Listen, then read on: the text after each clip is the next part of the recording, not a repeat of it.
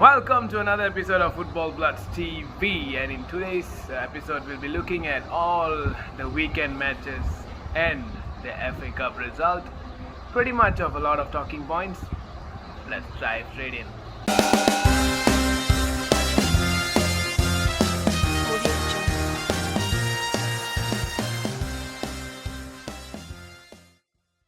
To start off this week's Premier League match, it was Manchester City and Newcastle United. A very, very narrow victory for Manchester City. Sadly, Manchester United is not playing and I am. So, Man City actually went through their second team squad. Even the goalkeeper, who is not in for the past 11 years, if I'm not wrong, finally he got a game to play, and turned out to be a very bad game for him because Newcastle managed to score 3 goals against Man City, but Ferran Torres came in and got a hat-trick.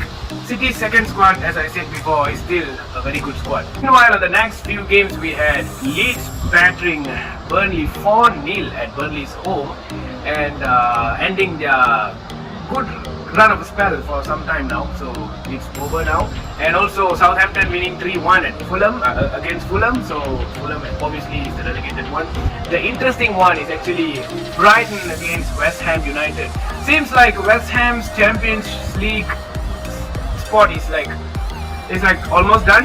They just have to depend now on the remaining teams, the remaining clubs above them to drop points, and they have to continue winning their next 2 games for them to secure a Champions League place. But it has been a tremendously good season for West Ham United. Somehow they are qualifying for the European competition. We can see Declan Rice there was upset that the team couldn't qualify, but it's a very, very big achievement that David Moyes has done to West Ham United, who in the beginning of the season we thought might be one of those who have been battling for the relegation.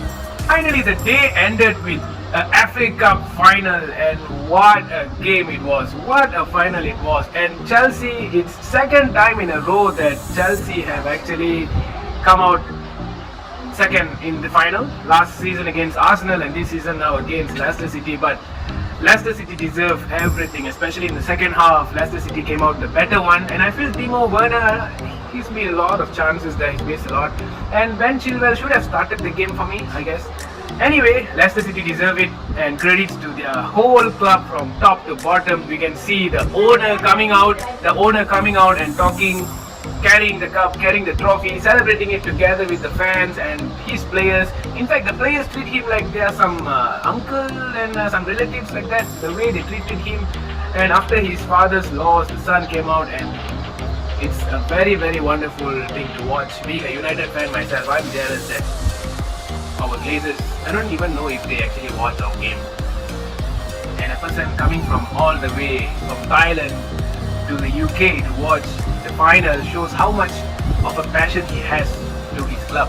Well done to the Foxes right there. And the next day we had actually Palace taking on Aston Villa, a surprising victory for Crystal Palace. I think it's done for Aston Villa.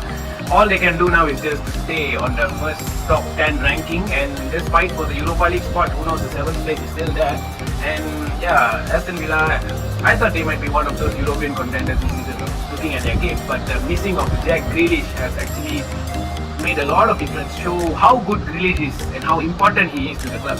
And the next one was actually Spurs and Wolves. Spurs, they beat Wolves quite easily. Wolves this season, after the injury that went for Jimenez and also Neto, they are not up to mark, but they're still a good side, and Spurs came out stronger. I think it was the goal from Harry Kane and Højbjerg, putting Harry Kane as the top scorer for the season. But the top scorer is then taken over by Mo Salah once again when West Brom met Liverpool. So what happened here was that, oh my gosh, here is where the talking point hits the mark, you know, like West Brom took the lead, and to be very frank, Liverpool lost Diogo Jota on another injury. Looks like it's going to be the end of his season. I'm kind of looking at the mysterious physio that they have and the team behind them who's dealing with all this fitness and stuff. Are there some reason? Because I noticed that some of the staff are from Arsenal. You see where I relate? Yeah. So West Brom actually took the lead through Robson Kanu after starting a long time. He got the score sheet. He almost got a second, but thanks to Alexander-Arnold, who continued his beautiful game of football. And Liverpool somehow managed to dive it through Salah. He got a goal and he became the top scorer again. But Liverpool were chasing the game up to the 94th minute. In that 5-minute injury time added, Liverpool's last corner of the game, and guess who? None other than Allison Becker, the goalkeeper, had to come out and give Liverpool the victory. Season of Liverpool, we notice it's not only the injury that had happened to all those backlines, but the front line had been having a poor recent form. Teams used to be very afraid of the front three of Liverpool, especially Mane, Firmino and Salah. But things were not really seem to be going well among them in terms of their taking chances. I don't know. Mane had been poor recently, he's been trying, and Roberto Firmino, who is always the person who feeds, he's not been doing well. But in this game, they were all stepping out, but they were still not finishing their chances. Statistics shows that Liverpool actually had up to 20 plus shots and they only had 4 or 5 on target. That showed how poor it is, like you couldn't even hit the target.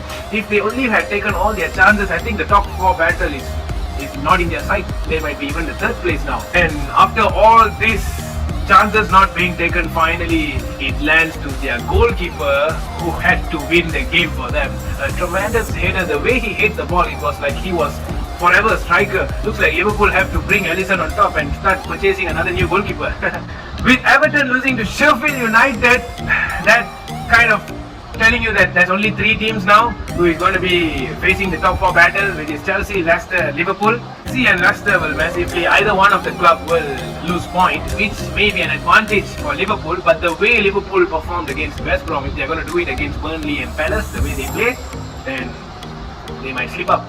But things are getting very interesting for the 3rd and 4th spot. Who is it going to be? So let's check it out. That's all for today's content review. We go through all the Premier League matches, and also the main 2 topics of this week is Leicester beating Chelsea. And Leicester now, I don't think they are a small club anymore. In fact, why is Spurs even there? Take out Spurs, put Leicester in, man. The top 6 clubs, I feel Leicester should be there. They have won, two titles in like 5 years? Their Premier League and also now an FA Cup. They deserve more because Spurs have not won anything so far. On the other side, Allison Becker, it's one of those moments that he will never forget in his life, and he's going to dedicate that to his late father who has passed away recently. And yeah, that's all for today's show. Let's stay tuned to check out what happens very soon in the Premier League, and also a lot of UEFA Champions League updates as well coming soon from Kavi and Sanjeev as well. So until the next time, from Sabesh, Manmathan.